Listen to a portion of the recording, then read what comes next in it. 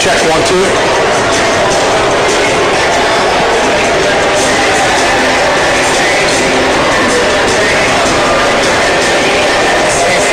Check 1, 2. Check 1, 2. Check. Check. Oh, let's go. Check 1, 2. Check. Sounds like we're in the hallway.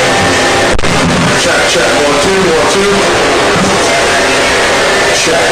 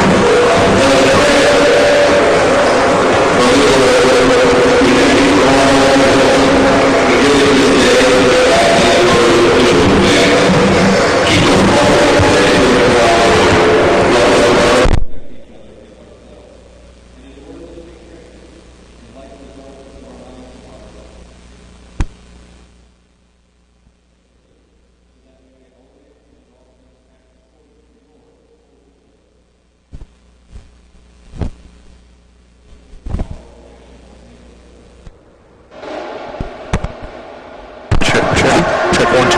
That sounds good. Sounds good, Jeff.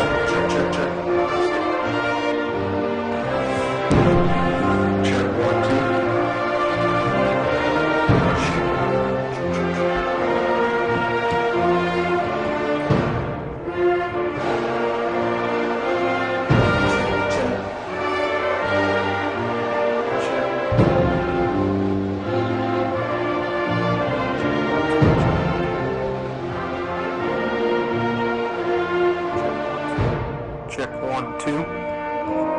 Check. Sounds pretty decent. Can you hear us? Good. No feedback there, good.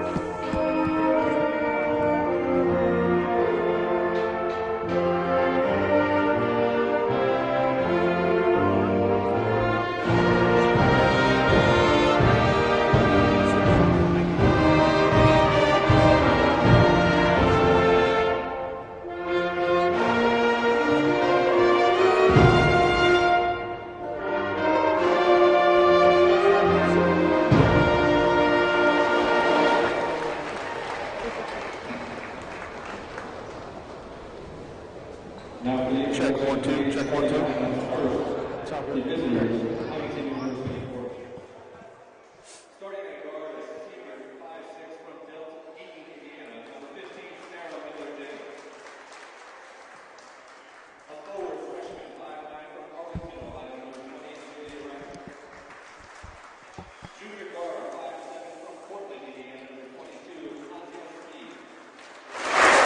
Senior guard 5'9" from Marion, Indiana, number 23, Lauren Beast.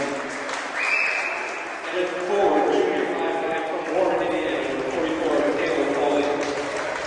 And the university is coached by Lori Cullen.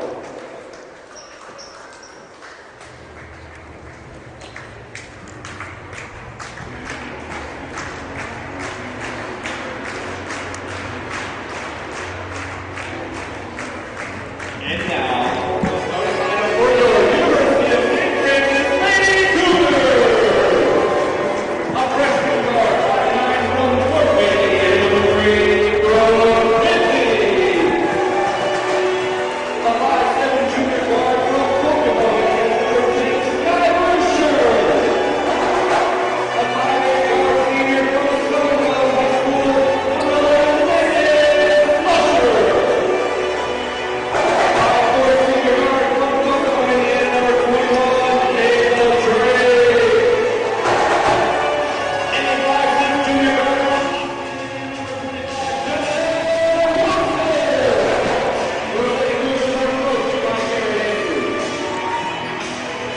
Well, there you go, Ryan. The starting lineups for today's matchup here. A battle of two ranked teams, number 24 Huntington, number 9 University of St. Francis. We're hoping the Cougars might move up a little bit in the rankings after the big-time victory this past Wednesday. But Ryan, it's Crossroads League play here, and we've said it so many times here. These are tough games. They know, these two teams know what they're doing. Anything kind of goes here. No question, you can't have any kind of letdown coming in after a big win against Indiana Wesleyan. You got to continue to play, and Huntington here is a good competitor. That's Taylor Foley and Brooke Ridley. Ridley got the tip, but the possession is controlled by number 15, Sarah Miller Jennings. Number 23 is Lauren Meese. Foley working from the elbow, hands it off over to Speed. The pass goes back to Pazia Speed, just inside the arc, rebounded by Slusher. So Megan Slusher, of course, Ryan, this whole starting five just coming off a great performance. The majority of these ladies never even left the court in that game this past Wednesday. Yeah, no question.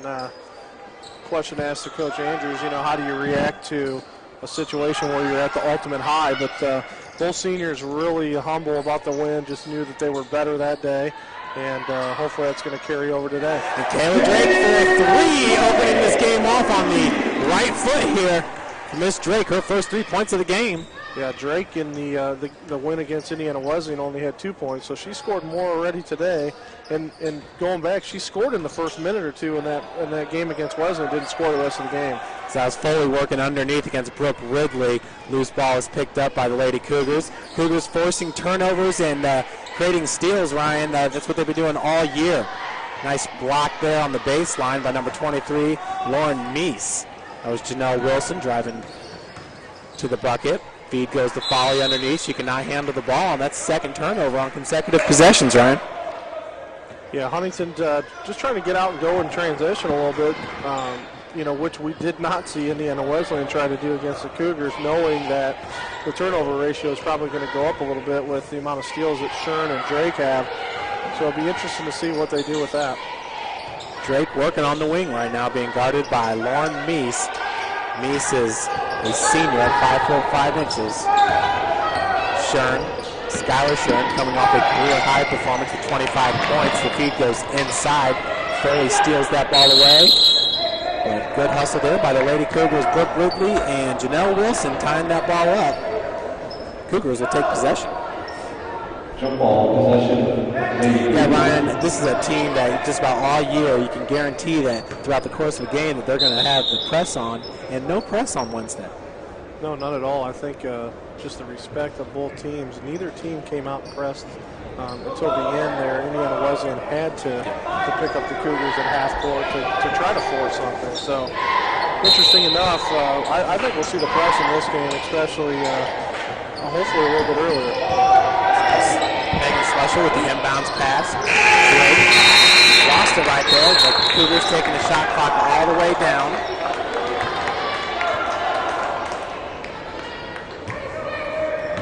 Yeah, and Ryan, we talked about, I don't want to say a lack of a press, but no press in the game. It really wasn't needed. Like you said, Indiana Wesleyan was kind of forced to towards the end of the game, but 4 Lady Cougars averaging over 30 minutes per game, and that's rare to see in the NAIA. Usually there's about, maybe 2 of the best players averaging around 30 to 31 points a game. And we got, I think, 4 players averaging 34 points per game, 34 minutes per game. And I talked to Kayla Drake yesterday, she said that's just fine. Yeah, I bet it is. I know we only went to the bench, I think, twice in the game. Brought in one sub, Jessica Harrison, rotated in. Didn't see Kayla there, which we normally see her.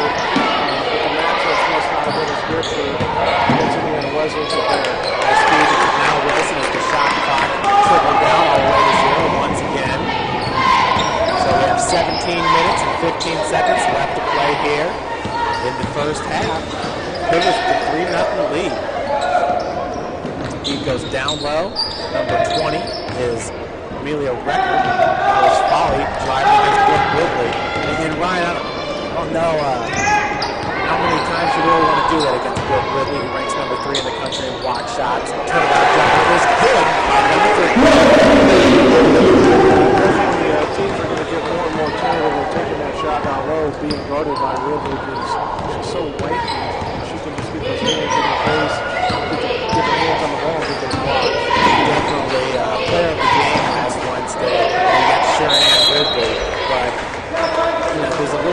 emphasis on Brooke Ridley's performance because she was matched up with Paige Smith, a senior post player for Indiana Wesleyan, regarded as one of the best in the conference. No question. She did not. She outplayed Paige Smith on Wednesday night.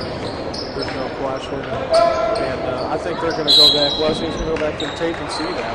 We had no inside presence against Ridley, and that's something that they're going to have to change if they're going to want to get the game back to their place the next half. That was Megan Slusher coming up with the steal and fell to the ground. Traveling was called, so a turnover by the Cougars. Amelia Recker dishes it out to Miller Jennings. Amelia Recker, she's from Arlington, Ohio.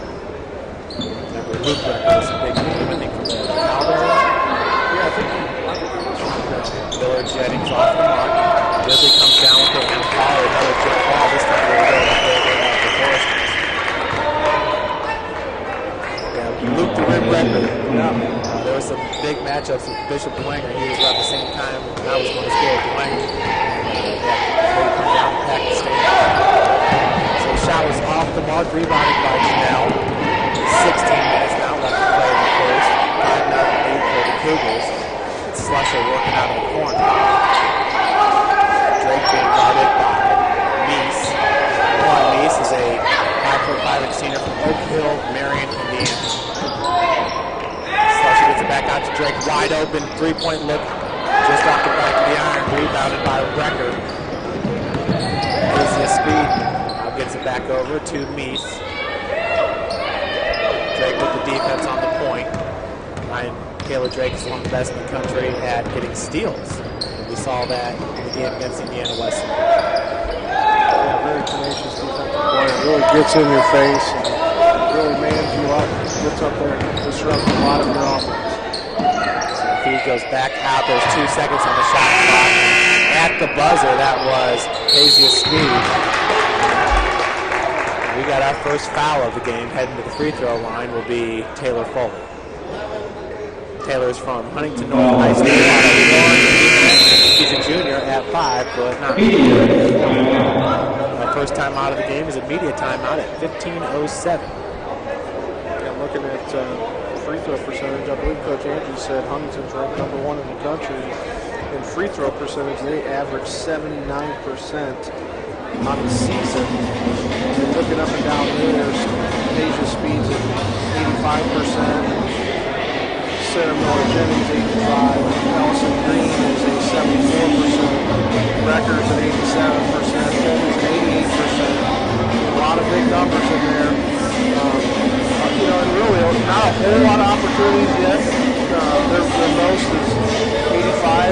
Sarah Miller has the most attempts this year at 85. So looking at them and looking at the Cougars from the line, we definitely need to line a little bit more than they do. But nonetheless, 2 of the best free throw shooting teams in the Crossroads League at 73 and 79% respectively.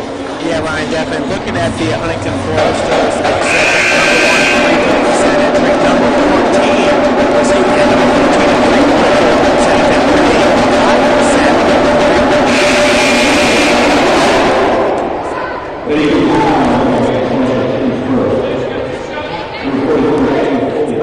Blockers in the game, so it's like, do you want to camp out along the perimeter and basically take the chance of pass stolen by a Skylar Shern or a Kayla Drake or a Megan Slusher, or do you want to go down low and face Brooke Ridley? You're right, catch 22, no question. Now Huntington's going to come out in the full court press. They're going to stay in, it's going to get broke easy. Now we're going to have a 2-on-1, and Cougars are going to take it up. Ridley misses the wide open layup, and turnover goes back to Huntington. Yeah, you really don't see that much from Brooke Ridley. She is such a great low post player that can get in transition and run, and that's something we saw against Indiana Wesleyan is she's right up there with the guards. You know, a lot of people consider her probably a 3 on this team, but she's forced to play the 5 due to really a true center. That shot was taken by Miller Jennings, rebounded by Janelle. 13:30 now on the clock. Slusher kicks it back out to Janelle. It's a tight defense here by the Foresters. They're going to have to head to their bench if they look to keep this pace. Endurance is something that we've come to know with this Lady Cougar team. As I mentioned earlier, 4 players. We got 5 seconds on the shot clock. Skylar Shern from the corner, off the mark. Rebounded by Lauren Meese. But, you know, Ryan, with 4 players playing 34 minutes, and it's not like they just stand around waiting for the ball. They are very active. They're all up in your face. Once again, forcing turnovers, and a steal by Kayla Drake. Exactly what we were talking about. Kayla's going to go, dish it off to Skylar. Looks like he was the first to get to the scores bench here to go with Mallory Hester. And usually we see Hester in a full press situation. Normally when she steps on the court, Cougars go into full press. So we'll see if that stays true into this game here today. Yeah, Mallory not necessarily known for scoring on this team because there are so many scores, but what she brings are all the intangibles. I think once I kind of compared her to like a Dennis Rodman type, where she can guard anybody on the floor, whether it's really from 4 to 1, but she can even guard a center. Rebounds, steals, passing, putbacks. She can get to the free throw line. That's part of Mallory Hester's game. Another true freshman for the Cougars. Pretty neat to have Mallory Hester and Brooke Ridley for a couple more years. No question, just getting her PT and getting the experience. Janelle Wilson out of the corner, shots off the mark. Drake tracks down the loose ball. Got a fresh shot clock there, winding down to 25. Taylor Drake over to Shern. Shern's going to find Brooke Ridley, low post. Nice defense there by Recker. And Brooke Ridley's going to head to the free throw line. Foul's going to come on number 23, Lauren Meese. Excuse me, that's actually on Taylor Foley. Senior down. So Huntington picks up their second team foul. Ridley goes in the line, makes the first one. Ridley on the year from the free throw line shoots 65%. Makes the first one. 8 to 2. Kind of surprising that Brooke never reached the free throw line last Wednesday. Not too many did, really. The first half, I think there was 3 total fouls called. I'm not sure that we shot a whole lot of free throws, but I know if we did, I think Shern was at the line the majority of the time. Her and Slusher both were at the line. Those are the 2 we want at the line. Absolutely. Skylar Shern 9 for 9. Megan Slusher 4 for 4. The Cougars 15 for 15. That's a recipe for success. Rebounded by Drake. We have 12:30 now left on the clock. 7-point advantage for Lady Cougars. He goes down low to Kayla Ball. It's good for her to get these minutes early on in this game. Yeah, no question. It's just kind of building the confidence of Kayla, getting her in, and she matches up well with forward today. She's definitely probably stronger down in the post, and she's been finishing. It's nice to have her in addition. And Lauren Meese with the jumper. 11 to 4, St. Francis winding down just underneath the 12-minute mark at 11:55. Skylar Shern working off the pick. The Cougars more or less play a 4-guard set, working the perimeter, lots of picks, lots of screens to run through a defender. They'll definitely wear you down. A lot of times you see St. Francis really turning on the heat. You know, once you get to that 10-minute mark in the first half. 3 seconds of the game was called.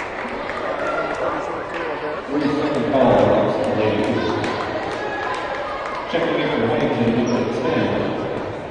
Jacqueline We've seen Connell. that call actually more and more on the men's side this year. At least the games we've covered here at the HUD, we've seen the 3-second call at least the 10 times. Steal this time by Janelle Wilson. 2-on-2. Janelle's going to go straight to the Janelle coming off a big game from beyond the arc line where she was 3 for 5. Those big 3-pointers. Yeah, right at the, most of the time it was right at the right side, kind of the either pull away. I know we got it one time where it was, I think she hit the 3 when we were talking. Possession number 82. She hit the big 3, but we never got close after that. Yes, started the 14. So Skylar Shern's going to take the 3 there. Slusher's back in. Janelle Wilson nearly had her second steal of the game there. She was tied up. They're going to call a jump ball, and the possession goes to St. Francis. 13-4 Cougars, just underneath 11 minutes in this first half. Drake calling for the pick. Opt to go to the other way with it. Slusher now heading all the way to the big time block there by Jacqueline Bonema. 6'2" freshman Ryan from Dyer, Indiana. Indiana Christian High School. There's the big freshman Bonema. That ball goes through her legs. Picked up by Esther. Scored it over to Kayla Bear. Bear gets it out to Drake. Poor Forrester's back there. It was a 2-on-4. Drake in the lane. Rebounded by this game, 15-4 lead for St. Francis. We have 10 minutes and 10 seconds on the clock. There's no question that Bonema has the size advantage and height, but not the physical part of it. So a good matchup for St. Francis in the paint today. Lecker trying to back down to Wilson off the glass, gets her own rebound. Putback's no good. The putback is good.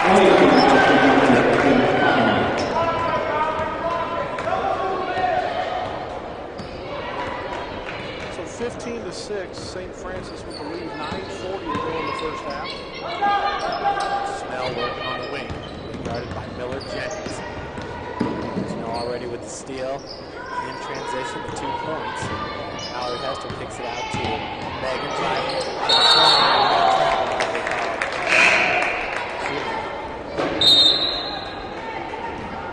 Checking into the Lady Cougars, number 34, Ridley. So Mallory coming in. Checking in for Huntington, A little bit there. number 22, Katie She Justine. didn't have much rest against Indiana Wesleyan, just a short break. 22 is going to check in for Huntington, Paige Speed. Yeah, Ryan, 2 Cougars never even left the floor, and Kayla Drake and Skylar Shern, both from Kokomo, Indiana, both from Kokomo High School. I know Indiana University Kokomo this year just started a volleyball program and a men's basketball program. Seems like if they kept everybody at home, they could have a pretty good women's basketball program.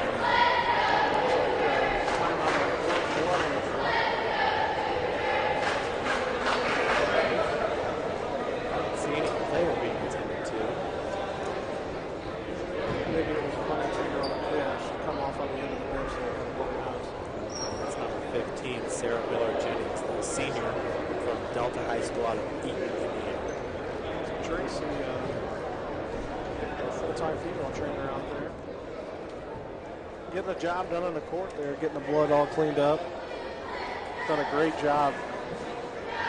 Tracy came to us from Norwell High School, where she was there for quite a while. I don't remember if it was 10 or 12 years she was at Norwell High School, and done a great job just transitioning into the college part of it. You know, you're dealing with high school athletes, and then you get into the college parts where coaches demand a little bit more out of their players. So I'm sure the transition was a little bit different for her, of being tentative on whether or not letting kids back in the game and out of the game. I'm sure that has to pay. She pays extra close attention, probably more to the high school kids. Not that I'm saying she doesn't pay enough attention to our college kids, but the difference in being hurt and injured are two different things at this level, and sometimes at the high school level, it's you're hurt, you're hurt. You got to kind of sit out, and at least here coaches want you back in the game. If you're not hurt, you need to get back in the game. Yeah, she holds a real high ranking with FWO. It's really kind of funny because she oversees a lot of the athletic trainers, so people like Tony Gamble and Clay Keeley are underneath her. But of course, here at St. Francis, Tony's her boss, so pretty interesting stuff.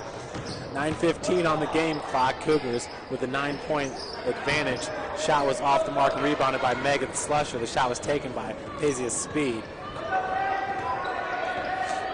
Drake with Skylar right behind her. Man, Skylar just transferred to us from Vincennes, and you can tell those two have been playing ball for a while. Skylar all the way to the bucket. Those are 2 easy points. Skylar, she was doing that all game on Wednesday, Ryan. Yeah, and you look at the Cougars, and none of them are even close to being out of breath. And you got to credit the condition of the kids. That what they've put in this year has just been phenomenal to be in that type of shape and stay for that for 40 minutes. Another turnover, and in transition this time, Shern gives it over to Drake. As the Foresters come back, Drake wisely kicks it back out. Feed down low to Kayla Bear. Bear with those long arms in front of her. Good defense by Jacqueline Bonema. 8:15 now left on the game clock. Cougars with a 11-point lead. There's another turnover by Huntington. Yeah, Mises' pass was to nobody and ended up in the hands of Brooke Ridley.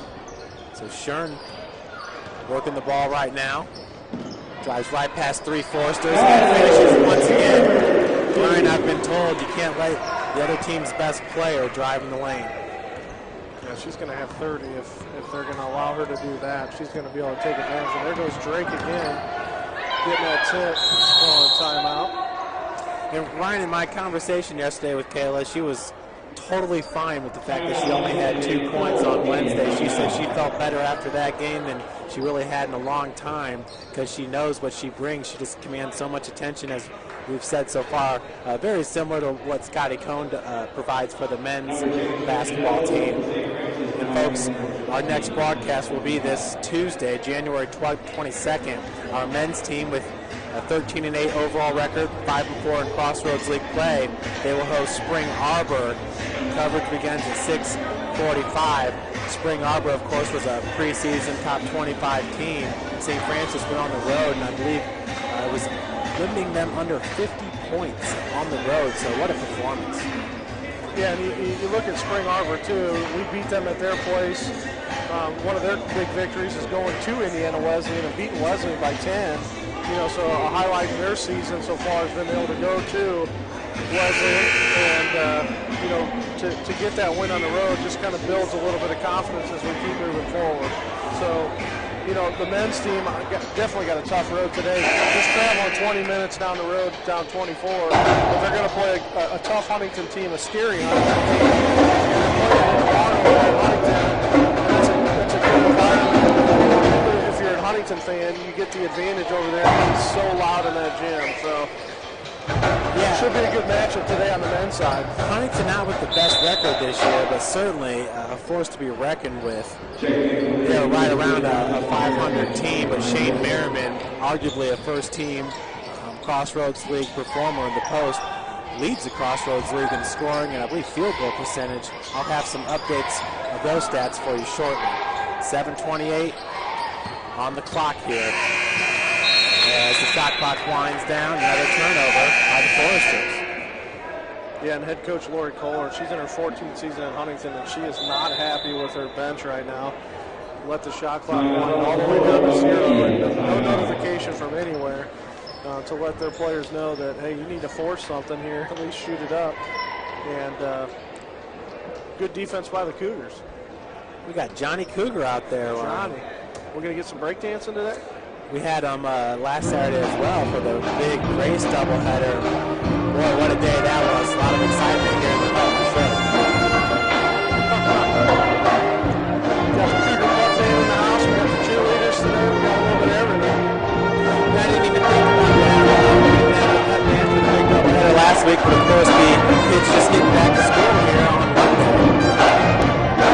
And I believe softball practice starts up this week. Are you guys already started? Yeah, we started on Monday. Kind of almost the first finish out Plus they have girls that really work hard. Really starting to take their game to the next level.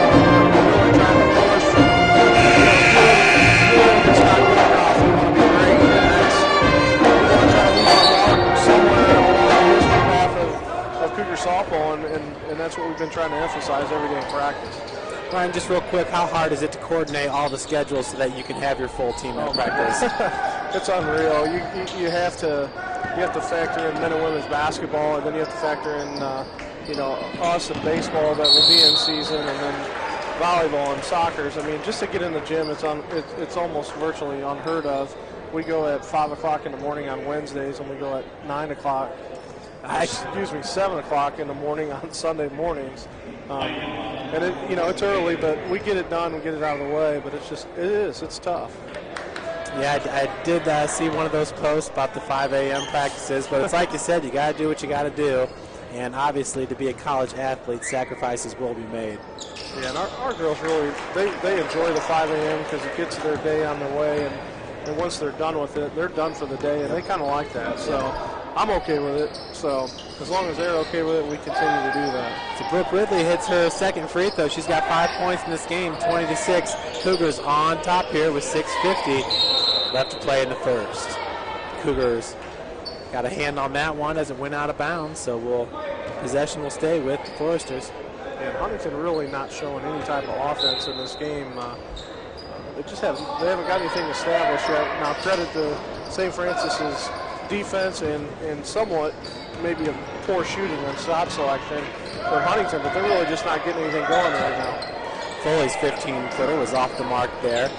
Snell gets the ball for St. Francis. Slusher up top now as Kayla Drake is on the bench right now getting a breather. That's Jessica Harrison calling for the ball. Kicks it back out.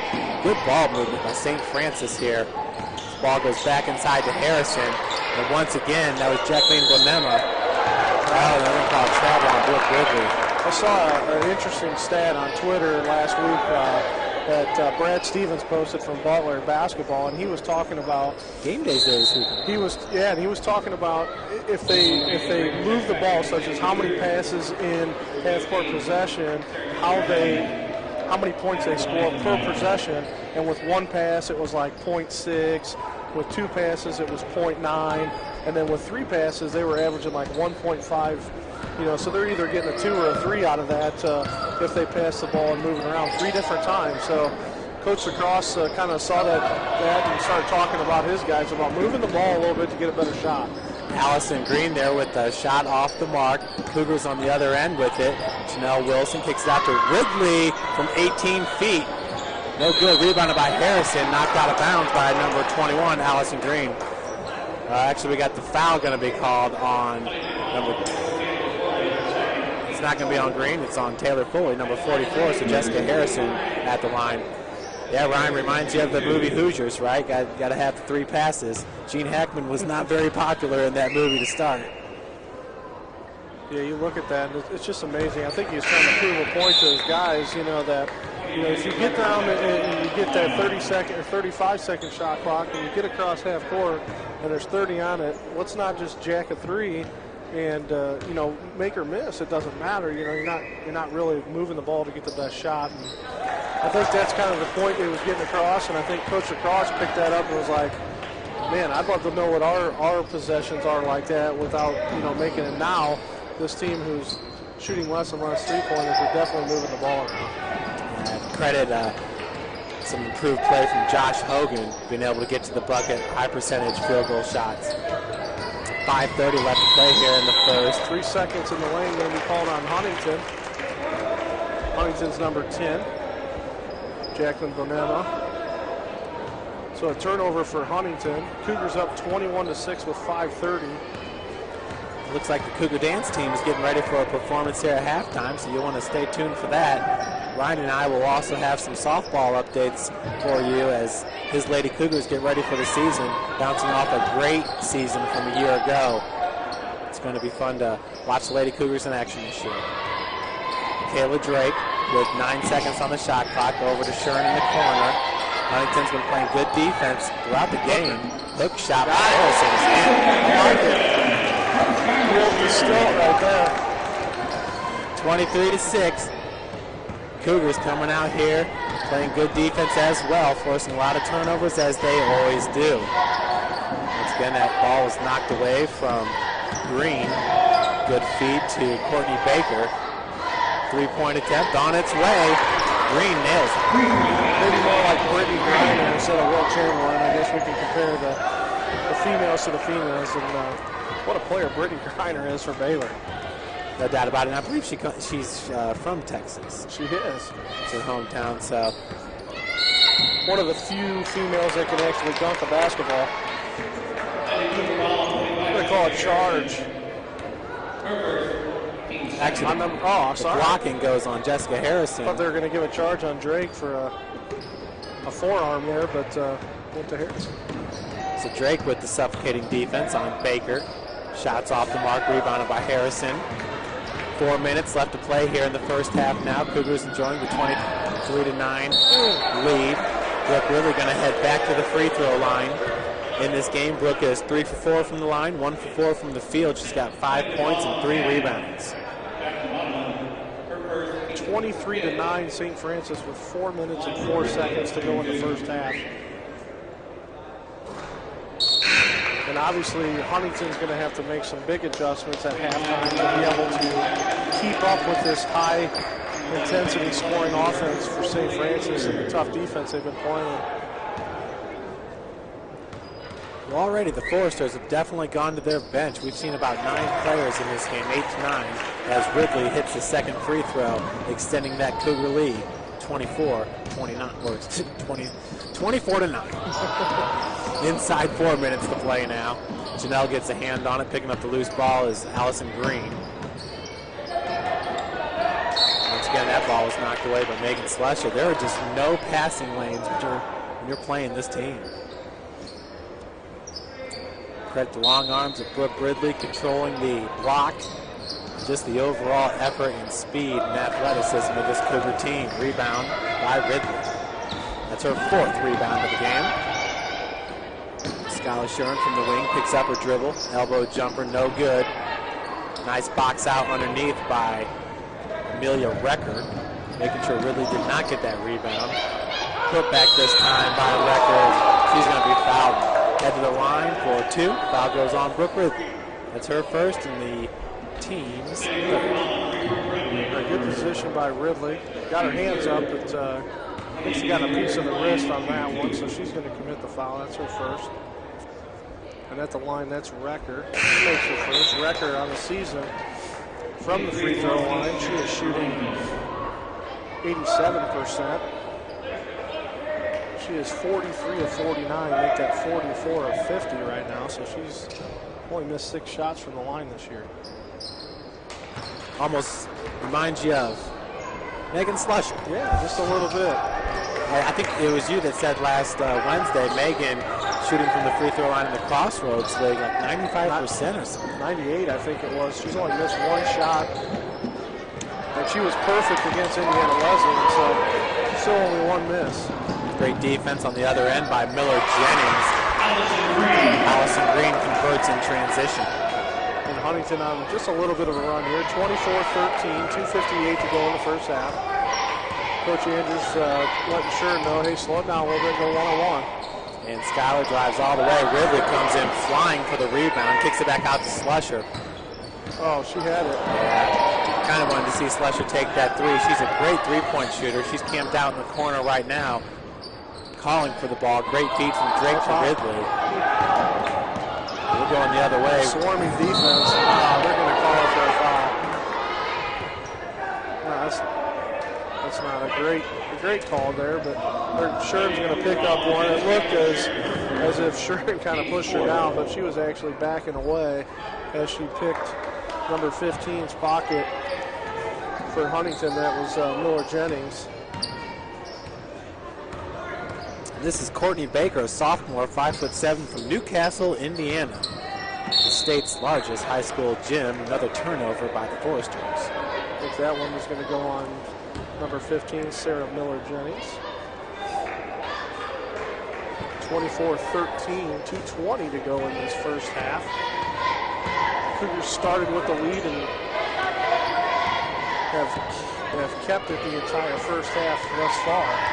Yeah, up as large as 24-9 at one point. But like you said, Ryan, Huntington, I think that's around a 5-0 run. That's a bad call, to be honest. Make that a 4-0 run.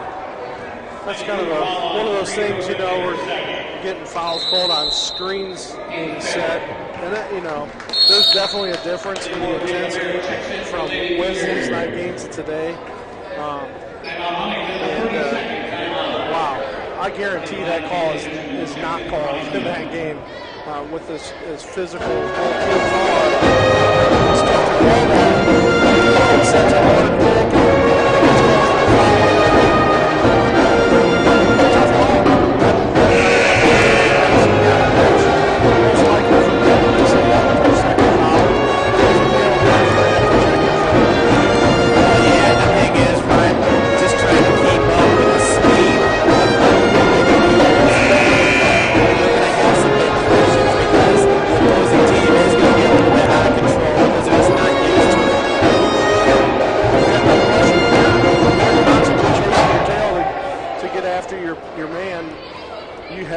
through some big screens, and unfortunately that's part of the game. But right now the officials are calling some of those fouls instead of just a good fundamental screen. So we're inside 2 minutes now to play till halftime. Number 23, Lauren Meese, kicks it out to Amelia Ekman, rebounded by Drake. You know, Ryan, once again, the speed, athleticism of the Cougars, you really can't simulate that in practice. Drake's baseline jumper was off the mark. Nearly had a travel right there. Nice lay-in by 24-15 St. Francis. Just getting into minute 30 left here in the first half. Shern at the top of the key. You know, I think that's one of the reasons why, especially on the D1 level and over here at St. Francis, you see men brought in to practice against the women's team. Shern driving all the way to the bucket. She's fouled by number 25. It is her first and the team's second.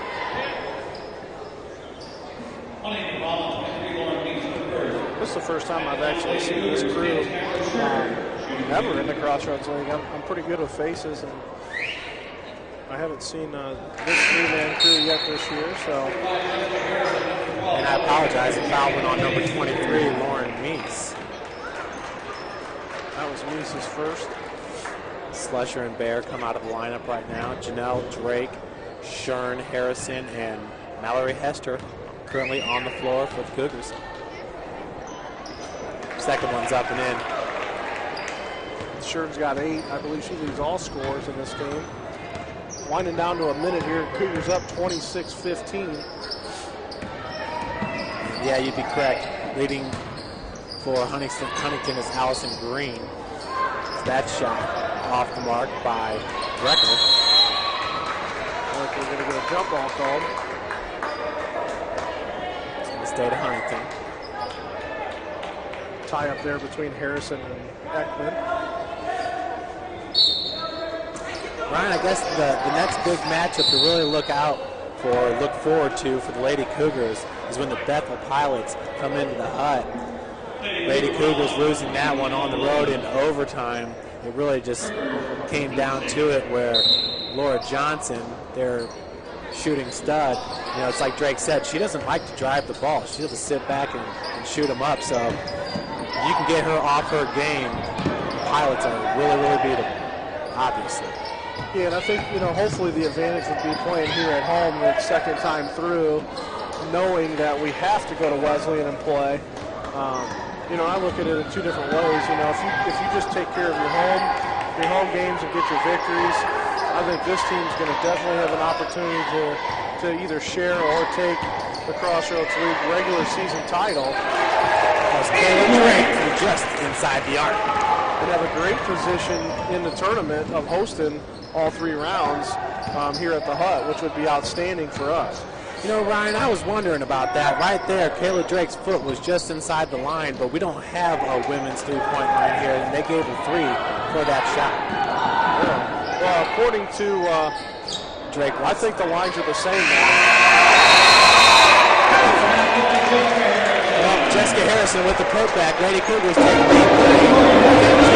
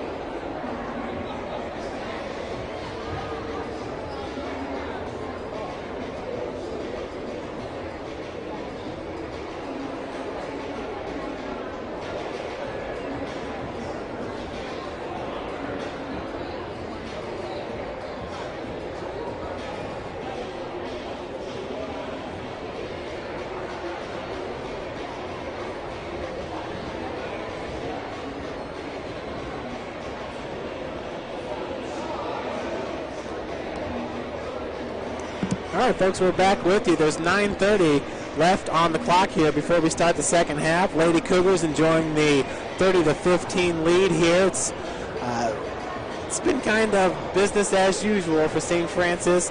Nothing out of the ordinary, nothing like what we saw last Wednesday when there was just a little bit of electricity. Actually, last Saturday, too, when Janice Jackson came in Grace.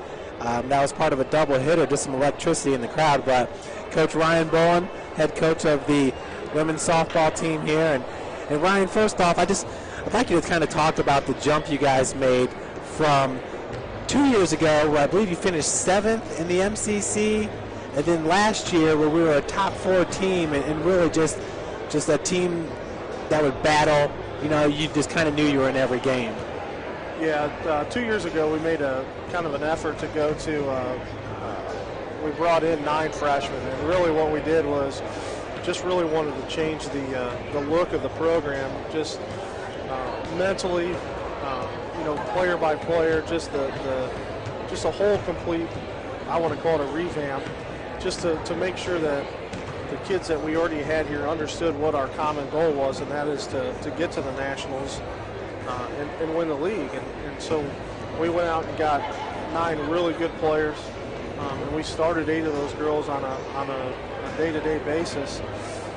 The problem was we took our lumps as a team. We won 8 games that year, I think we finished 9th in the league. And, we were left out of the MCC tournament. So it was one of those things where we lost 12 one-run games that year, which were tough on the coaching staff and tough on the girls, but it also made us tougher mentally and physically, and really gave us a bad taste in our mouth, thinking we know we're better, we know we're physically better than some of the teams. We just weren't strong enough to really get through a whole season and really stay on top of that. So our main focus going into last season was, hey, let's take everything that we learned from our freshman year and really turn it into something we can use.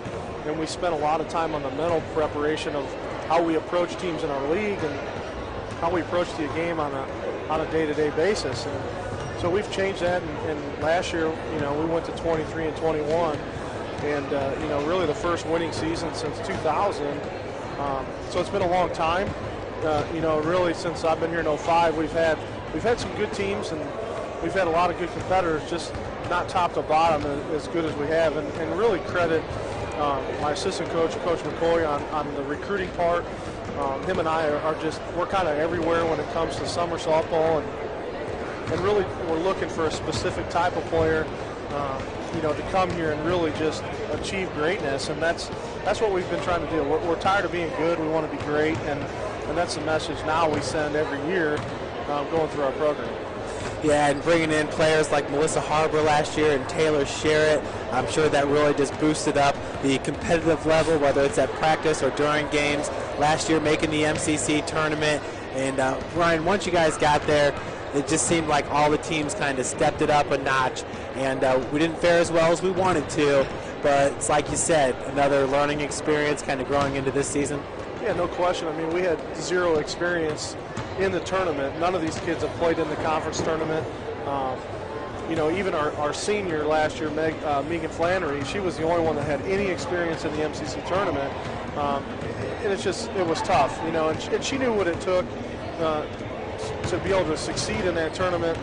But when you're trying to get the other girls to kind of figure that out, it just wasn't there. It was so new to us.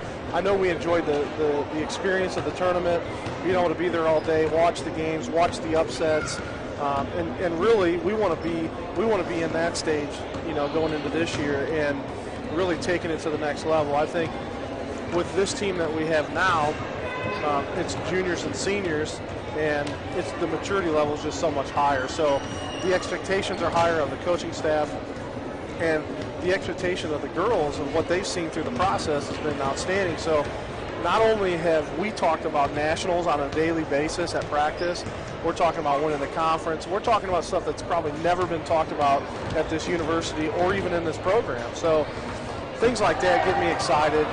We definitely have a chance, and I think there's coaches in our league that fear us now, and that's something that we've been trying to achieve, and we've done that.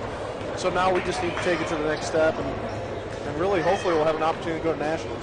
Ryan, you talk about the recruiting aspect of it, and I think you've done a great job out there on the softball field. Getting it looking as nice as you possibly can. But you go to some of these other schools, and I know that they have really, really nice facilities. You can tell that they've spent a lot of money and put a lot of resources into them. But from the recruiting aspect of it, is that a big deal to these young ladies? I think some yes, some no. I think at least what I'm looking at when we're talking to our players, we're looking at the type of kid that we're getting from home. We're looking at mom and dad. Do they both work? I mean, it sounds silly, but you look at that because if those parents are working, then it's driven. Those kids are driven. Mom and dad are working. They know they have to do stuff at home. So you just get that type of kid where she's going to work when she comes here.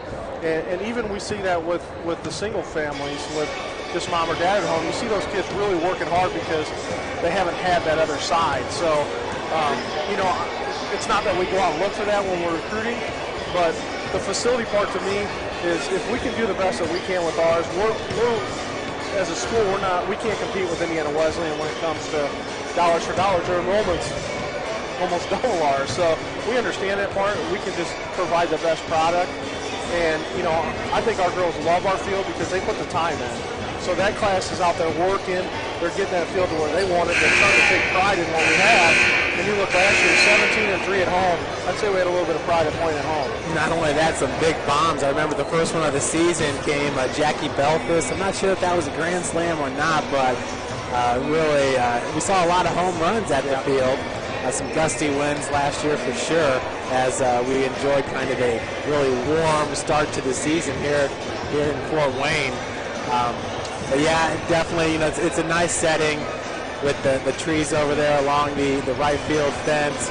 And we've been bringing you guys some of the broadcast, doing the double headers, which is always fun.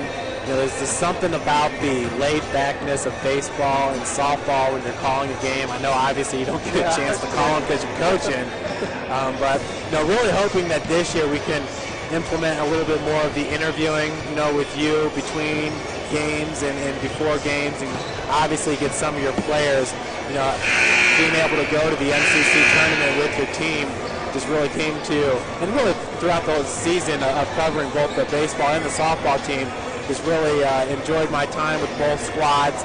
And you got a really neat group of girls there. You can tell that they care about each other. Melissa Leeper, she does a great job with those update videos.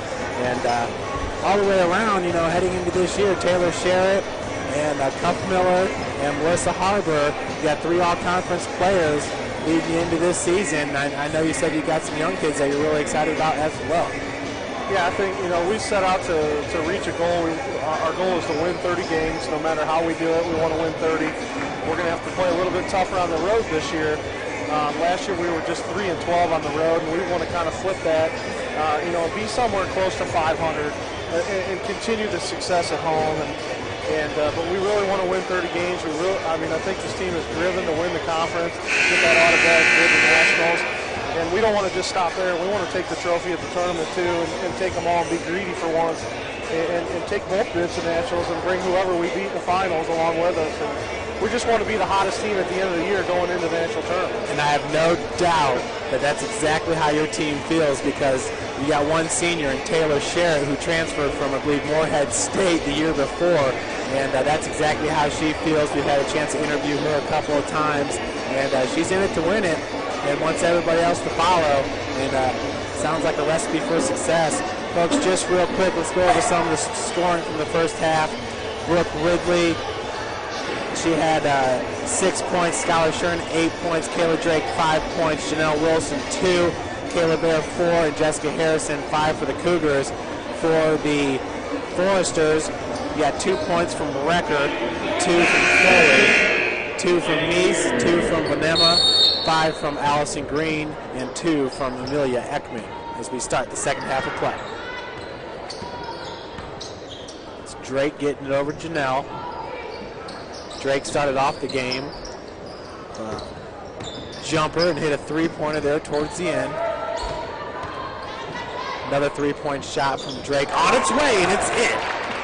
Nice job there by Drake, getting a little separation, getting the shot up.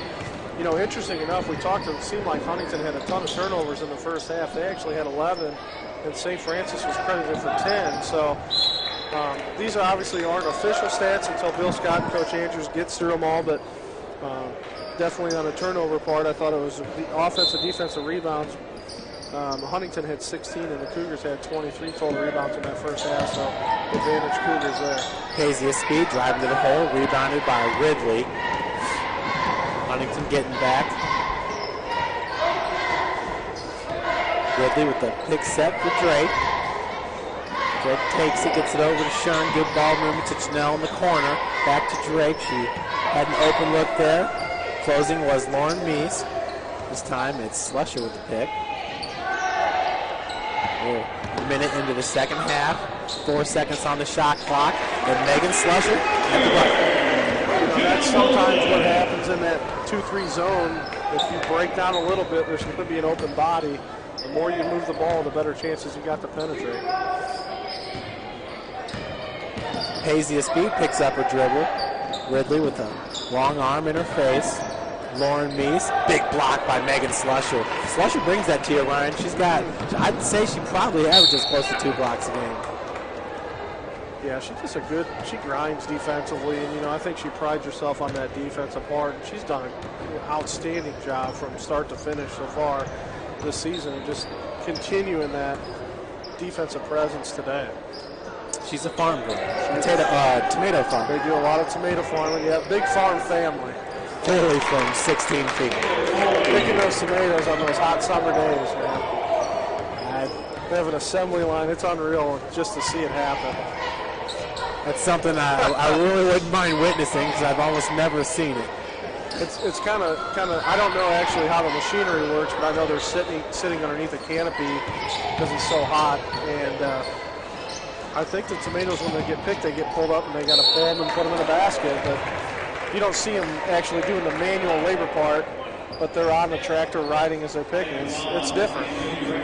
So Slusher going to head to the free throw line where she is very, very comfortable. And tons of acres in Wells County. Everywhere I look, I see a Pribble truck, and really working on that. And I know her uncle Bob has a big Pribble agriculture, and they have a huge warehouse that they do a lot of stuff. They do a lot of beans and corns and stuff like that. So they own the majority of Wells County, it seems like.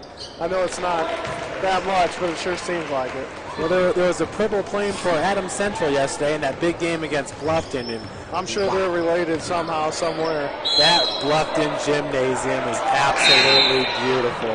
You like that? I haven't been there, but I've seen it on TV. I watched the highlights yesterday. The Channel 21 had extended highlights, and wow. I mean, it's a nice basketball gym. I think they redid that when they built the school. They built that new, and I believe they still have the red and back bleachers, and it's just a good place to play. You're right on top of the game, and that's the best part about Bluffton Gym. I don't know if you probably never saw their old gym, which is in downtown Bluffton.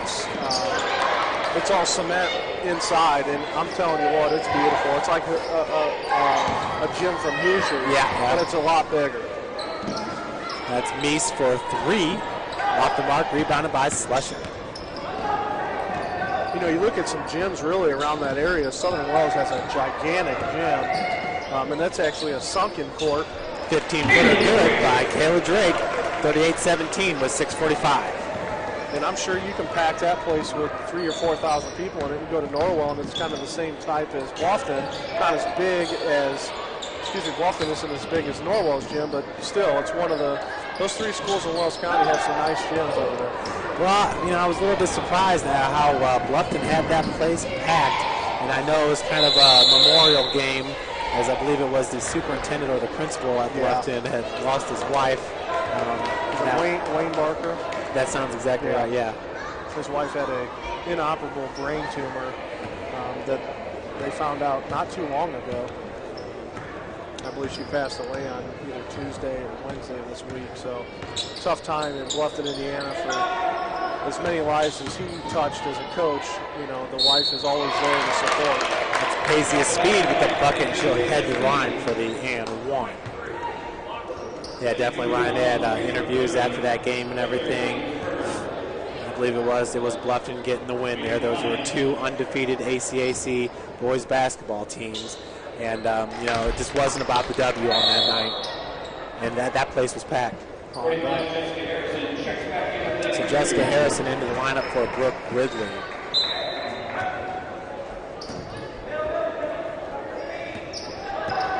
And they kind of talked about that a little bit.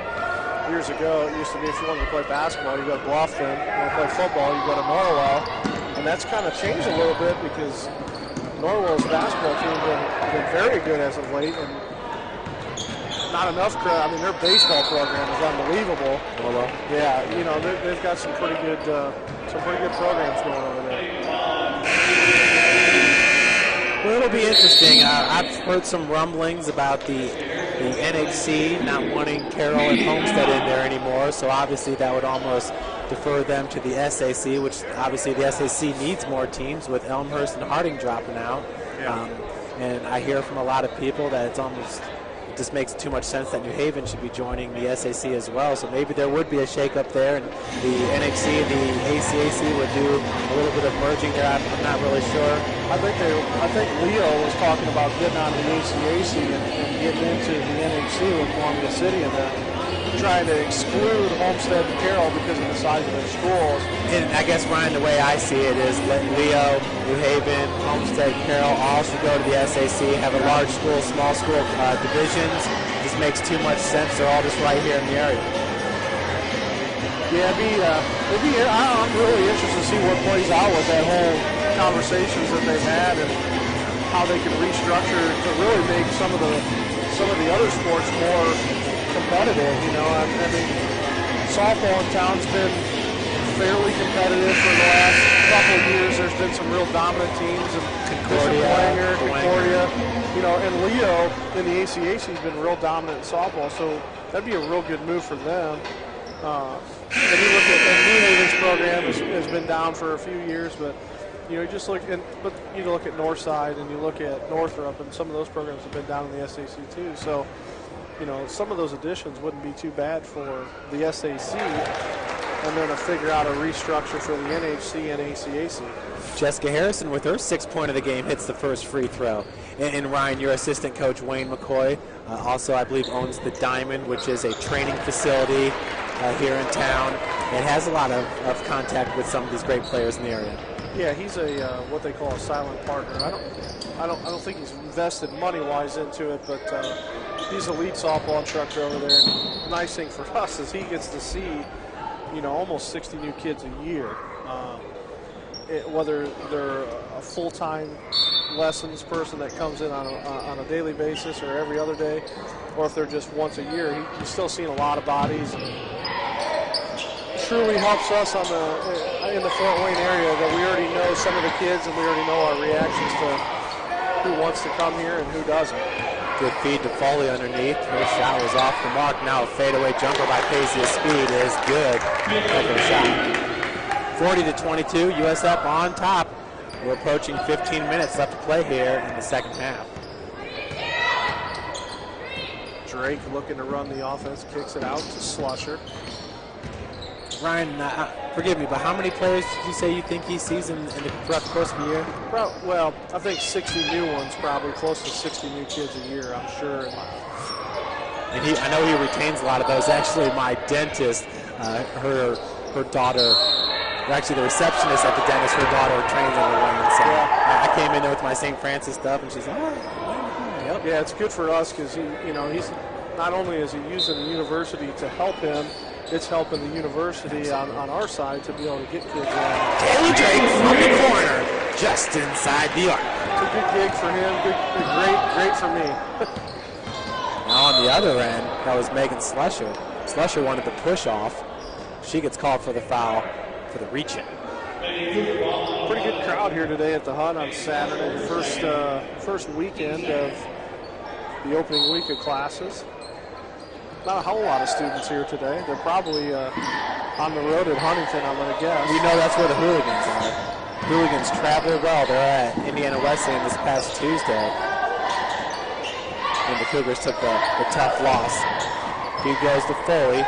Harrison and Drake converged on that with the defense. Help defense by Jessica Harrison, doing a good job of walling off Allison Green. Foley's shot's no good. Drake tipped that one over Janelle. Now in transition, Skylar Shuren, automatic. She wanted a foul. Nope, ref said it was clean. Interesting. Ooh, good block. Janelle once again knocked that one away. Now Drake over to Shuren. Shuren goes back to Drake. Oh, she missed that one. That's not a very common thing for Drake to miss on a bunny. No, absolutely not. But she did have 3 Foresters converging on her. I thought she was in a little bit of an awkward situation. I think Shuren should have went up with that. I think Shuren gave it up because she missed the previous one. Slusher from just inside the three-point line. Cougars up 20, 22, 44-22. 13-20 to go in this game. Great job by Kayla Drake picking the pocket. Just hope she's okay. Little floor burn. I almost can't imagine a situation where she doesn't pop up. She is as tough as they come, as competitive as they come as well.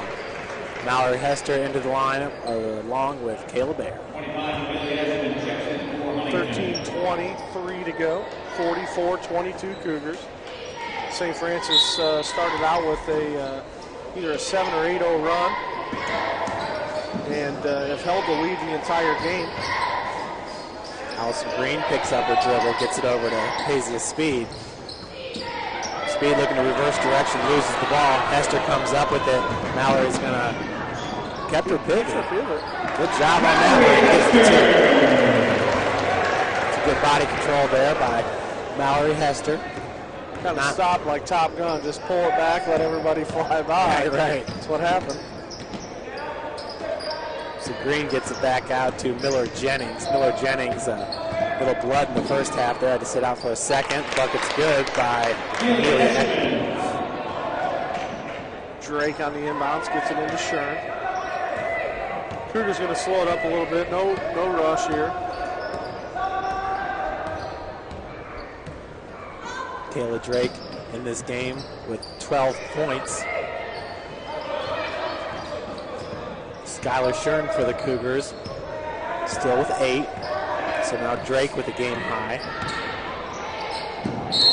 And Shuren, charging is going to be called there. That was a big collision there with number 22, Paisley Speed. She's from Portland, Indiana, Jay County High School. Jay County. Speaking of Jay County, I believe Coach Lacrosse got a commitment out of Keegan Comer. He's a guard out of Jay County High School. I don't know if it's been official yet, but I know that he's definitely going to be a Cougar next year. Going up strong with it was Ekman. Foul's going to be called. Comer, no relation to Spencer from Rushville. No relation. That's all right. Spencer really been picking up his play as of late. I'm really excited to see the men's team. I feel like we haven't seen them forever, but they were here this past Saturday. They've been on the road a lot. Yeah.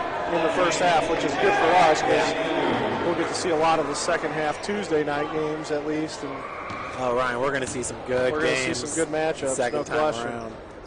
I'm really excited for Bethel to come to the Hut, too, to take on our women's team. You got to believe there's going to be a little bit of a revenge factor there when Skylar Shuren and Kayla Drake are talking about that one together. Wilson over to Drake. Drake from 18 feet off the front of the iron. Nice rebound by Hester. Hester goes up with it. There's a block there by Ekman over the back. So Meese gets it out to Speed. In the corner is Green. Rebounded by Drake. Allison Green still with 5 points, leads all scorers with Paisley Speed for the Forester game high. And Huntington was in transition out of the full court press. Foul's going to be on number 20, Janelle Wilson. That's her second. 11-14 left to play here in the second.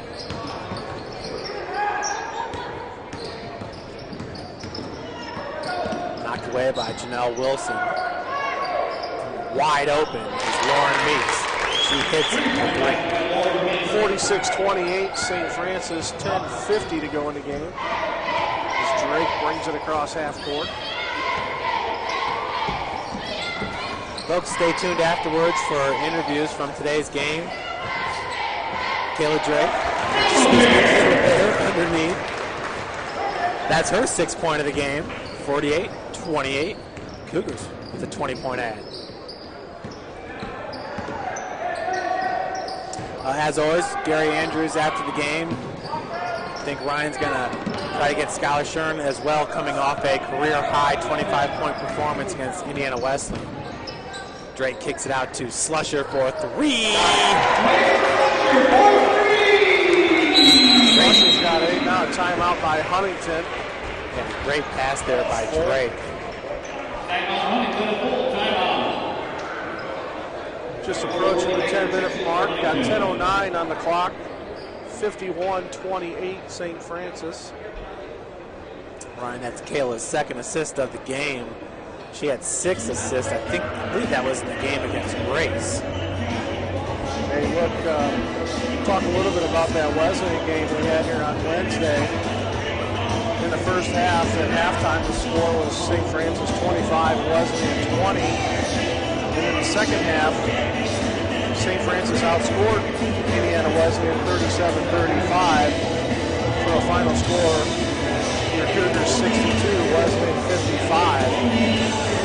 Looking at minutes played, Kayla Drake 40, Skylar Shern 40, Brooke Ridley 39-32, Slusher 38-36, and Janelle with 33-51. A lot of minutes played there. Shern with 25, Ridley with 14. 2 points for Kayla Drake, 10 for Slusher, 11 for Wilson. Big number was the block shots by Brooke Ridley. She had 8 on the night, which is it's a record. The block shots of the game, single game record. So what an outstanding job the Cougars did, shooting 43% from field goal range, taking down the #1 team in the country, Indiana Wesleyan. It just speaks to a great performance and a huge matchup, probably the matchup of that game, Paige Smith against Ridley. And obviously for Indiana Wesleyan, that was a factor for them to get Paige Smith involved. That shot from three-point land off the mark by Miller Jennings, but Huntington regains possession. And that allowed Brooke to get 8 blocks in the game because there was so much attention from the coaching standpoint with Paige Smith. Yeah, no question. You know that Paige Smith's going to be a little bit more prepared for a Brooke Ridley the second time through. You know, not that she probably overlooked Ridley, but she's a freshman. You know, first time seeing me. Right. I'm a senior. I'm gonna command this. Maybe, I don't know. I'm just saying.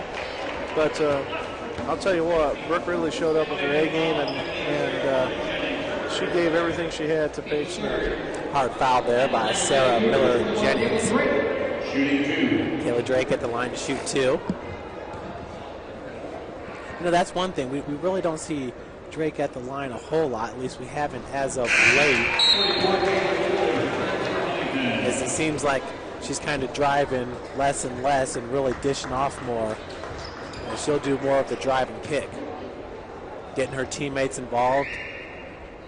Really just maturing as a basketball player here as a senior. That one's off the heel. Bear gets the rebound, puts it back up. Now she'll head to the line for 2. Yeah, what a nice job there by Kayla, getting the rebound, going right back up. Talk a little bit about Kayla Bear. Bear just a 34% free throw shooter, only been to the line 26 times, and making 9 of those. And her first one is up and good. Kayla on the season is shooting 44%. 45%, excuse me, so most of her shots are down in the paint. Pretty much all of them, I'm gonna guess.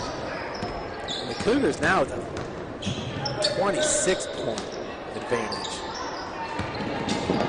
Trying to make it 30 here. They're 4 points away from that. Bucket.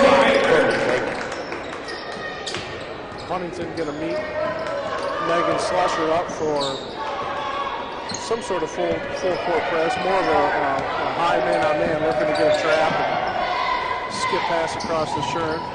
Gets it back to Slusher. Slusher crossover, gets in the lane, turns it over. That was Lauren Meese coming up with the ball. Miller Jennings kicks it back out to Paisley Speed for 54-33. Coach Andrews is going to call the first time out of the game, I believe, for him. 8:37 to go in the game. Huntington getting a little hot from the three-point range, but we're giving them some pretty darn good looks there too. And Coach Andrews, if you're wondering, actually, coaches aren't wearing their suit jackets because that's what's working right now. Yeah, a little bit of superstition going on since they've been making their long, I want to call it a long run. How many they got in a row now there, Jeff? Well, the last loss was at Bethel. Remember, we had 2 losses, I think, in 3 games there. When we lost in the championship game against St. X. That came back on December 29th. That was part of a 3-game series there. One here against Taylor, and lost on the road at Bethel. Kayla Drake basically saying there was a 5-6 game span there where she didn't feel like the team was as focused as it needed to be, and since then she feels like the team's really turned the corner. And I think one of those games that really helped turn the corner was Marion at home. You remember, Marion was the number 20 ranked team in the country, 71-45 victory there. And Marion brings some bigs with them. Yeah, no question, very physical. So inside 8:30 here, remaining in the second half, 54-33. Slusher for 3. That one's off the mark. Skylar Shern tracking it down. She's in the corner and calls the timeout. Heads up play by Skylar Shern, the junior from Kokomo. Yeah, good job there. Keep possession on your side. Try to get a nice bucket. Really keep that pressure on Huntington. They have to come down and shoot a three. And realistically, that's what they got to do.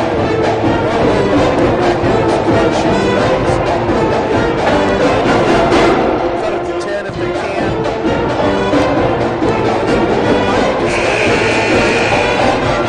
Cougars up 54-33, so Ryan Cougars shooting 3 from 5 from beyond the arc. Huntington's had their looks. They've taken their shots. They're 3 from 12, shooting 25% from three-point line. Also shooting 26% from the field at the Foresters. St. Francis at 44%. As Drake pulls it back, we got 25 on the shot clock. There with the pick. Drake pump fake, gets it back out to Shern. There once again, walling off defenders for her teammates. Ridley dishes it. Good ball movement. Drake for 3. Got it. Off the back of the eye. Taylor Drake. that's a big one there for Drake. Drake's got 16. And Drake now leading all scorers in this game. A little bit of a change from halftime. Yeah, Kayla Drake right now from beyond the arc. 2 for 4. Brooke Ridley with the rebound. Drake bringing it up.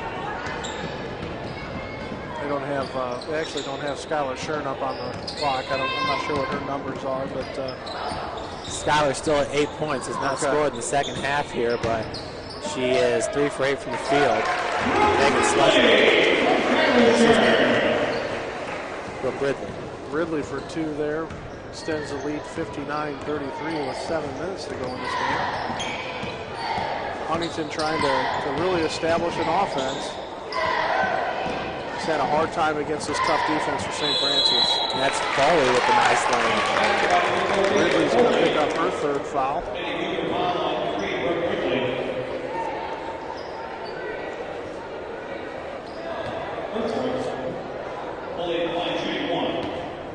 Sarah Miller Jennings ranks number 10 in NAIA in free throw percentage, 86%. Foley completes the 3-point play.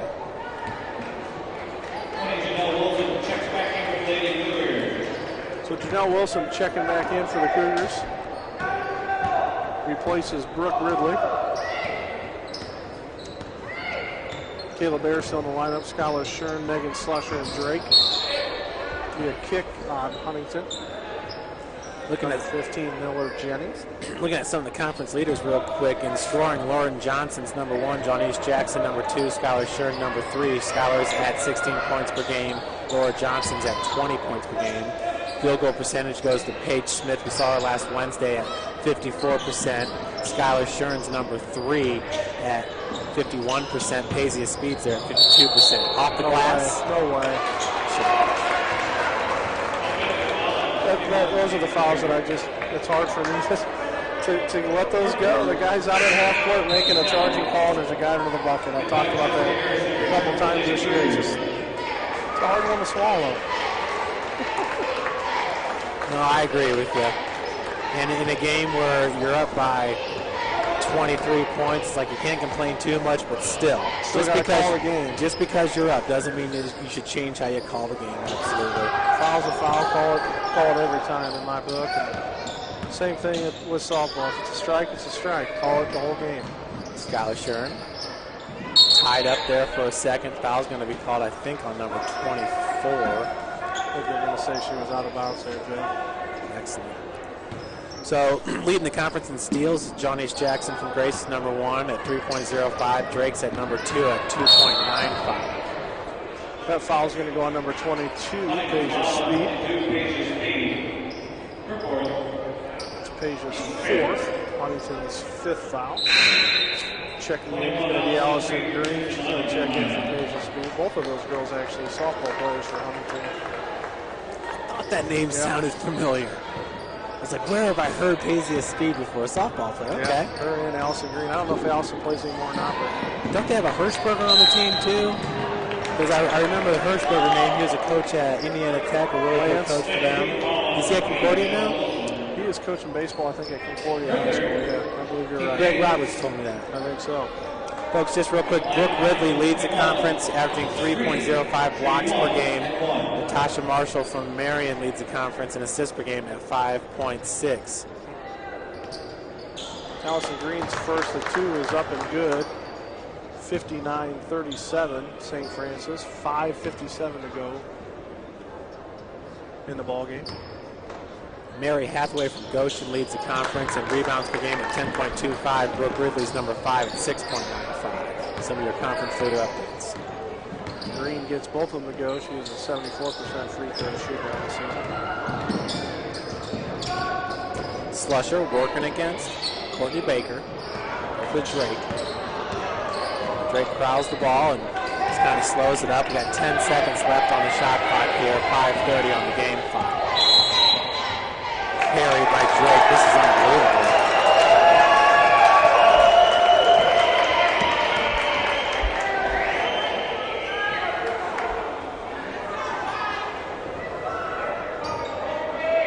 Huntington fans feel like she's been doing that, I'm guessing, all game. I haven't noticed it, but you really got to get underneath it for it to be considered a carry, and I haven't seen that.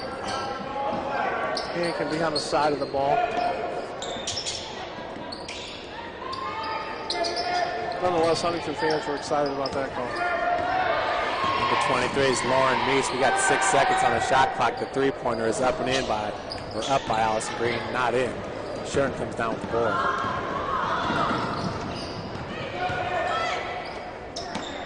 Kayla Drake.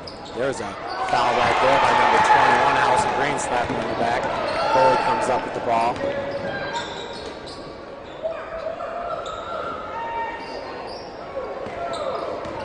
.440 now left to play here in the second half. Feed goes down low.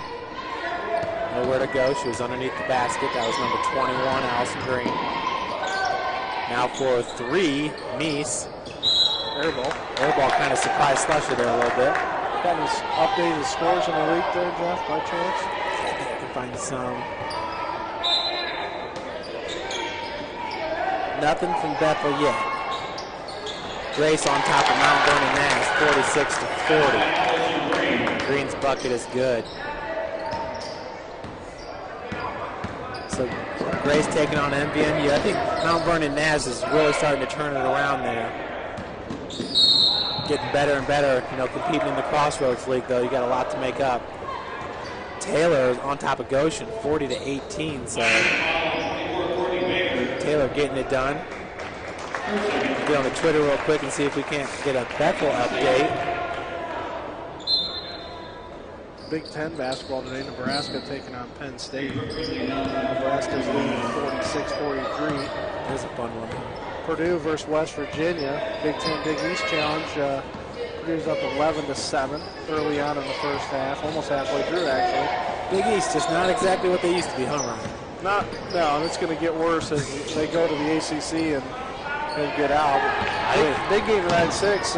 Looks like Michigan State at Ohio State, so that should be really good. And Wisconsin is at Iowa, and Wisconsin coming off a pretty good win at Assembly Hall in Bloomington, taking on the Hoosiers. Great look there by Green. Ball bounced up on top of the scoreboard, so turnover.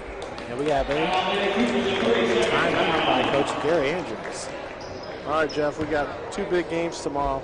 The Niners versus the Falcons. Oh, yeah. And we got Baltimore versus New England. So we call it the Hall Ball, buddy. I'm with you on that. I think I'd really like to see that. Joe Flacco's been playing really, really well lately. Don't get me wrong, nothing against Tom Brady, but losing wrong. And the way Flacco's been playing, considering that this is Ray Lewis's last season, I've got to give the advantage to Baltimore. Both teams know what it's like to play in the elements, and we're in January, so I don't really see that. If anything, I give the edge to Baltimore because they're the better defensive team, and Ray Lewis is back in inspiration. Ray Lewis is quite possibly the most inspirational athlete of all time, especially with social media. Everybody gets to see his YouTube videos and things of that nature. But in game number 2, I like Colin Kaepernick. I just don't think that there's anything like him right now in the NFL. Yeah, the Niners just really putting a beating on Green Bay, and really Green Bay a strong team that come out of the NFC Central, you know, with the Bears and Detroit, Minnesota. They were just a better team last week on Saturday. There's no question. Rick Ridley then driving the lane for 10th point of the game. They played well. I'd like to see the Niners take it this year. And a charge going to be called on number 23, Meese. I'm an NFC guy. I like the Bears, you know. And what do you think about their new hiring? I know some Bears fans are really excited. It's definitely interesting. I was listening to some reporters from the Canadian League, and they actually talked about the new coach being just like Dick Duran and Lovie Smith. So you get rid of both of those guys to get the same type of guy. Lovie Smith, a defensive guy, and you know, now more of an offensive mindset here in Chicago. So everybody has left the Bears. There's no longer any staff left in Chicago. Nobody wanted to stay. And Marinelli was offered the defense coordinator job, and he denied it. So it'll be a different look next year for Chicago. His last name is escaping me. I want to say like Eggleman. No, it's Mark Trutman or Trussman. But the one thing I didn't like about his press conference, I watched some of the highlights from his press conference yesterday. I like the head coach being a facilitator. He will be doing the offensive play calling. He said he's a hands-on guy. So that just, it is what it is. I've never been a head coach, so I don't know. I know what I hear and I read. Right. 2:35 left in the game, 63-40. St. Francis leading the whole way here. Huntington brought the lead within 4 early in the first half, but St. Francis really just pouring it on as of late. Cougars went into halftime with the 30-15 ad, and have just extended it ever since. 23-point lead now. Nice job by Mallory Hester knocking that one away from Foley. Brooke Ridley has that one slapped away from her. Ridley can run, there's no doubt about it, for a post player. Lauren Meese, one of the better players in the conference as well, is coming up with steals.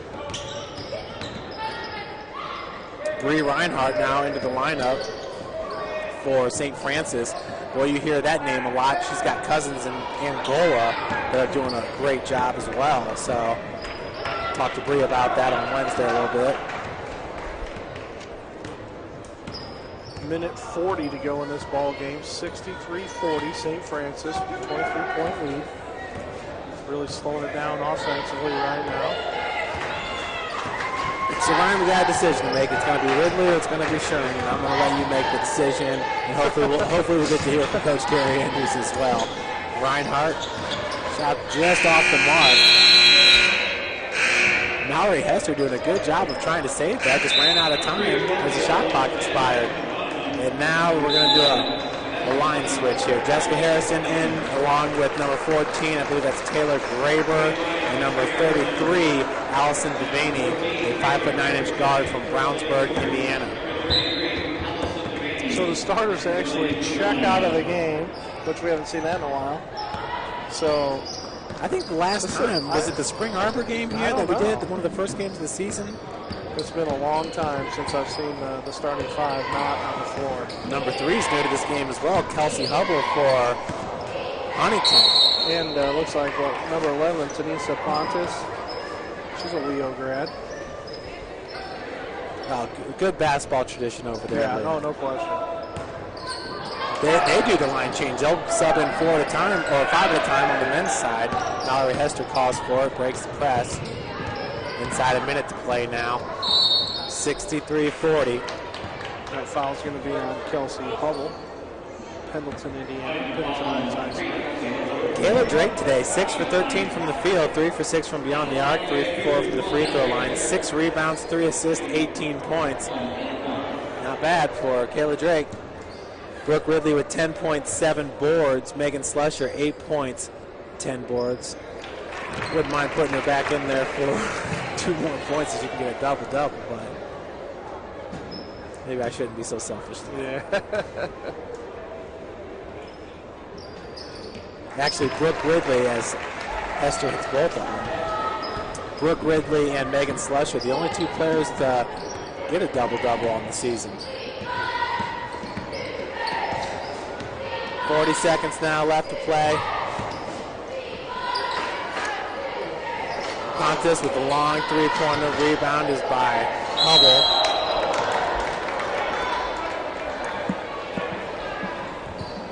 Looks like Ryan's going to head down now to make sure you have some post-game interviews, and then he'll be back in the booth, and we'll talk about some of the end-of-the-game stats. We'll talk about Tuesday's matchup, the men against Spring Arbor. And folks, there's a webcast going on NAIA.org if you want to keep up with the men's stats here as they get set to tip off at 3 o'clock for Shane Merriman. Shane Merriman's a local guy from Carroll High School. Scotty Cohn, local as well from Bishop Dwenger, so I'm sure those two know each other a little bit. That pass was knocked away and stolen by Courtney Baker. Nice play there by the sophomore guard. Baker now elbow jumper. Off the mark, and Harrison comes down with the board. So inside 20 seconds now. Hester might just hold on to this one and control the ball. Working against Baker, doing a good job of it. And that should pretty much do it. The 2, 1, and 0. So number 9 ranked University of St. Francis. 65-42 number 24 ranked Huntington Foresters. St. Francis extends its record to 22 overall, 9-1 in the Crossroads League. They are tied for first with Indiana Wesleyan. Huntington will jump to 8 overall, 5-5 in the Crossroads League. 2 teams are going to get together for a post-game prayer before we bring you some interviews. Once again, Kayla Drake leading all scorers with 18 points, Brooke Ridley with 10, Skylar Shern with 8, and Megan Slusher with 8. Slusher also added 4 assists and 10 rebounds. Skylar Shern was a perfect 2 for 2 from the free throw line. She's done that in many games. We'll have to try to see if we can find out when she hasn't been perfect in a game. Kayla Baer with 8 points, 3 rebounds. And folks, now we're going to send it down to Coach Ryan Bowen, who's got Skylar Shern, who came off a career-high 25 points. Hey, Jeff, down here with Skylar Shern. Skylar, great victory today. Coming off really 2 big wins in a row. Tell us about today's game and then your preparation going into next week? Try to come out and play hard and keep the intensity up. Wednesday was a big win for us, so have an even bigger target on our back. So, and I think we have Spring Arbor on Wednesday, so just prepare through the week and be ready to play. How tough is it coming off that big victory against Indiana Wesleyan and trying to bring the same intensity? Because you get at that high of the victory of defeating the number one team. How tough is it as a player to stay mentally focused going into the next game? I think it's just part of the game. You can't take any team lightly on any night. When people have bad shooting nights, so you just have to come out and play hard and take every game the same way. So. Well, good 2 games from Schuyler. We thank you for your hard play, and we're going to talk to Coach, let you go back to the locker room. Thanks a lot, Schuyler. Hey, Jeff, Coach Andrews here. Tell us a little bit about that victory. I think you only took 1 timeout tonight, so pretty relaxed for you on the bench. Well, we had a couple spells where we got a little sloppy, but I thought we played great defense to hold them to 42 points, and we didn't have a let down. We came out and we really dominated.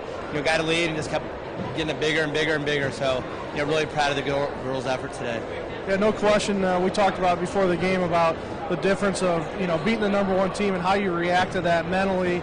How the girls play in that game and not trying to say that to play down against a team that Huntington, who's still ranked 24. So mentally, I felt like they were prepared, and what you guys did this week is definitely a good job by the coaching staff. So tell us a little bit about upcoming going against Spring Arbor and what we should expect out of that. Well, Spring Arbors is, can maybe even another trap game. They've struggled, and we lost there last year, though. They weren't very good last year when we went there and, laid an egg and missed 25 layups and just really blew it. And, we just got to stay focused and, play the way we keep playing. We're just going to, they're a team that we really can press, and we're going to come out and really try to get all over them and force a lot of turnovers. All right, great job today, Gary. Thanks, Ryan.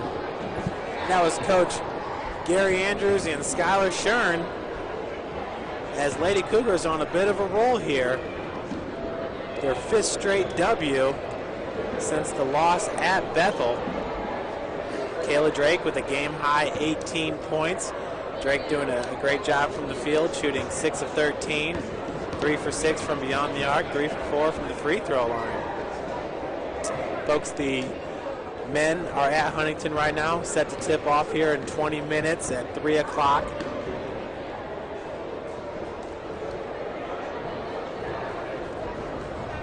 And we will have the men's game against Spring Arbor this Tuesday at 7 o'clock.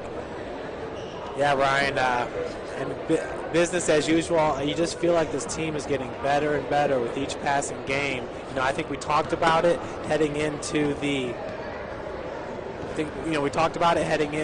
Indiana Wesleyan game, that you looked at Wesleyan's schedule and you looked at St. Francis and you felt like, well, St. Francis is a little bit more battle-tested, opening up the season with the first 3 games in Kentucky, beating Osbury, Midway, and Berea, and then going into Chicago and taking on Robert Morris, USF Illinois, and St. Xavier, who was the number 12 ranked team in the country at the time. Brian, those are teams that were D1 a year ago, now D2. So definitely battle-tested, but man, it really seems like this game was as smooth as it comes from here. Yeah, maybe once or twice, like Coach said, it got a little sloppy defensively, but offensively, I thought we just controlled the game, and we got to continue to keep out and come out and do that. And I was, I'm always worried about the big letdown. You beat a big team. How do you react in that next game? Whether it's for us a doubleheader or if it's just the next 2 days away from your game. And I thought they did. The ladies did a great job of staying focused and what they needed to achieve. They come out and they put up some big numbers today, and you can definitely tell this team is focused, and there's definitely a goal in mind when they're going out to play, and that's number one, obviously, to get to the national tournament. And if they continue to play like this, they're going to have a nice time out in Sioux City, Iowa. Yeah, and you talk about the focus of this team, and it really starts with the 2 players you interviewed last Wednesday, Kayla Drake and Megan Slusher, 2 seniors on the squad, the 2 senior starters, I should say, and you just feel like they're not going to let it happen.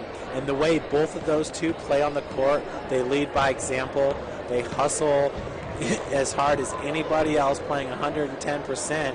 And I just got to believe that filters off on everybody else to where somebody like Brooke Ridley as a freshman can come in and really just feel comfortable.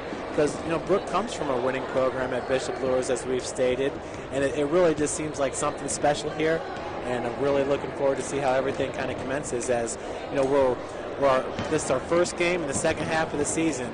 So we got, what, 8 more games to go? 8 more. 9 more? 8 more. 8 right. more, yeah. 8 more. You know, and you talk about those two with Drake and Slusher, and you know, their locker room presence has to be great, of just keeping girls like Brooke Ridley on a level, you know, on level ground. Don't let your head get too big.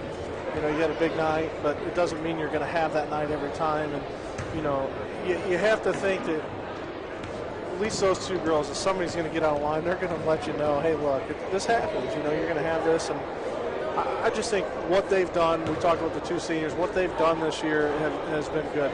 They've kept the focus amongst the whole entire team. And you see that unity, and that's hard to replace. You know, you keep that, and a lot of the times that equals W's for you, and then you add the talent part in the game of basketball, and wow, they are really firing on all cylinders right now. And as long as they can continue to have a focus, it's just going to keep getting better and better for this young team. Yeah, Ryan, to come out here and shoot 45% from the field, 50% from beyond the arc, and 77% from the free throw line against a top 25 opponent. I mean, it just shows you there's a little bit of separation there from the top 10 teams to the rest of the field. St. Francis currently at 9, but I'm almost thinking you're going to see them jump into the top 5. Yeah, and I think, I believe Morningside, who's ranked 4th, I think they got beat sometime last week, so you know they're going to move out of it. You know Wesleyan's going to move out, so you got to look at, there's no question that St. Francis is going to be a top 5. I'm not sure if they're going to move up into the top 3, but there's definitely a good argument on at least through the Crossroads League to say, hey, look, we've got so many teams that are ranked in our league, and now we're beating these teams. And, man, I'm interested for that ranking to come out. I think we'll be top 5 in the country. I would say that has to be. Yeah. Well, we got the men's team coming up on Tuesday and the women against Goshen on Saturday. Yeah, that makes sense, on Saturday. Then we'll have the men against Taylor here at home. So some exciting basketball coming up. And really excited for the February 2nd matchup when number 15 Bethel comes here to the Hut. And then the Cougars will be on the road to take on Indiana Wesleyan and Marion. So there's still a tough stretch here in the schedule. And we'll see how everything unfolds, hoping that the Cougars can win the CL. Yeah, it'd be great. I just like to see where we can, you know, where we're going to get and finish to how many games we can actually host them at the end of that season. Once we get in that tournament, home court advantage is humongous for any team. And most of the time, if you're a 1 or 2 and you got home court, the odds of you winning that tournament are really, really good. So it'd be nice to see an automatic bid come right out of there and have that automatic bid going to nationals without having to worry about an at-large. Yeah, but needless to say, you know, a conference championship and a conference tournament championships, you know, sweeping that right there, heading into the nationals. Of course, sounds like a plan right there. Well, folks, the Cougars taking the first half 30-15, won the second one 35-27, winning it 65-42. Great win here at the Hut. We will see you on Tuesday when the men take on Spring Arbor, 7 p.m. On behalf of Ryan Bolin, Alec Danfield on the camera, I'm Jeff Mahoney signing off. See you Tuesday.